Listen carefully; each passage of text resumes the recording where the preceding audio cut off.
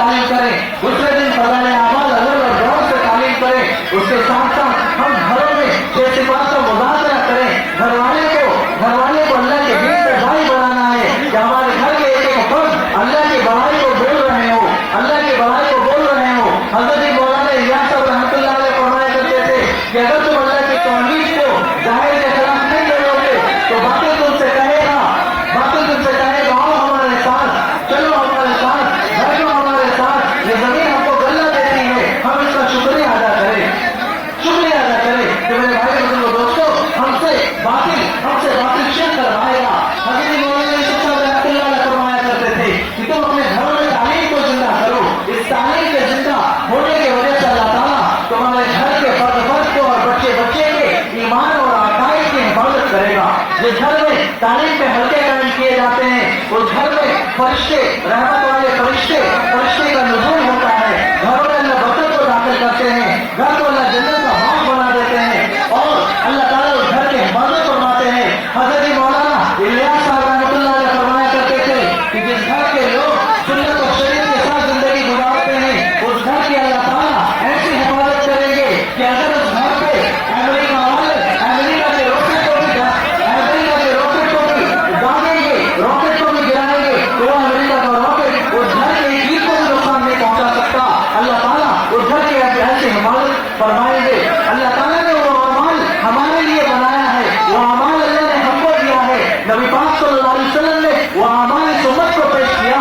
آج اس امت کے پاس ساری چیزیں موجود ہیں. گھر کو جنت کے باغ بنانے والے اعمال ہیں, گھر کو آسمان میں چمکانے والے اعمال ہیں, رحمت کے فرشتے کو اتارنے والے اعمال ہیں. ان سے ہمارا گھر محروم ہے کہ ہم سب یہاں سے اٹھیں کہ ہم سب آج کے بعد کبھی زندگی میں اپنے گھر کی تعلیم کو ضائع نہیں کریں گے. چاہے پیدائش ہو یا موت, چاہے خوشی ہو یا غم, چاہے حال تنگی یا فراغی کا ہو, چاہے جون سا ہو, ہم بغیر کھائے سو سکتے ہیں لیکن بغیر تعلیم کے نہیں سو سکتے, بغیر تعلیم کے نہیں رہ سکتے. ہم ایسا عزم ارادہ کریں. اگر یہ مجموعہ دکھان لے گا تو اللہ کی مدد کو اور اللہ کے وعدوں کو پورا ہوتا ہوا دیکھے گا انشاءاللہ.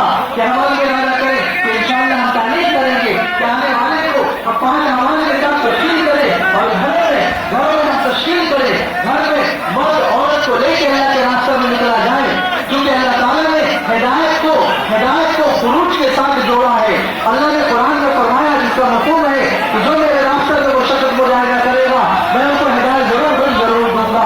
کہ اللہ کے راستہ میں مشقت مجاہدہ کی ہدایت ہے. تو کیا ہم نہیں چاہتے میری بیوی کو ہدایت ملے, ہم نہیں چاہتے میری بچی اور بچوں کو ہدایت ملے, ہم نہیں چاہتے میرے ماں اور باپ اور میرے بہن اور بھائی کو, میرے بیٹا اور بیٹی کو ہدایت ملے. تو اس ہدایت کے لیے ہم کو اللہ کے راستہ میں لے کے چلنا ہوگا. محمد صلی اللہ علیہ جماعت میں ہم نکلے, اپنی اہلیہ کو لے کے نکلے. ہماری بچی ہے, اہلیہ کے ساتھ بچی کو لے لے, ماں ہے, ماں کے ساتھ بہن کو لے لے, والد کو اللہ کے راستہ میں نکالے, بھائی کو اللہ کے راستہ میں نکالے, بیٹے کو 4 بار کے لیے اللہ کے راستہ میں نکالے, سب کو اللہ کے راستہ میں نکالے. کہ اللہ کے نبی صلی اللہ علیہ وسلم نے خود پہلی جماعت حبشہ کی طرف روانہ کیا ہے جس میں اللہ کے نبی صلی اللہ علیہ وسلم کی چہیتی بیٹی ہے, وہ بھی ساتھ میں ہے. حضرت رقیہ رضی اللہ تعالیٰ عنہ وہ بھی اس جماعت میں گئی ہے. کہ اللہ کے نبی صلی اللہ علیہ وسلم اس جماعت میں اپنی بیٹی کو بھیج رہے ہیں, ہم بھی اپنی بیٹیوں کو لے کے اللہ کے راستہ میں نکلے. اگر ہم بنیادی تعلیم گھر سے مضبوط نہیں کیا تو آج جب سر سے اوپر پانی جاتا ہے ہم سب سمجھدار ہیں.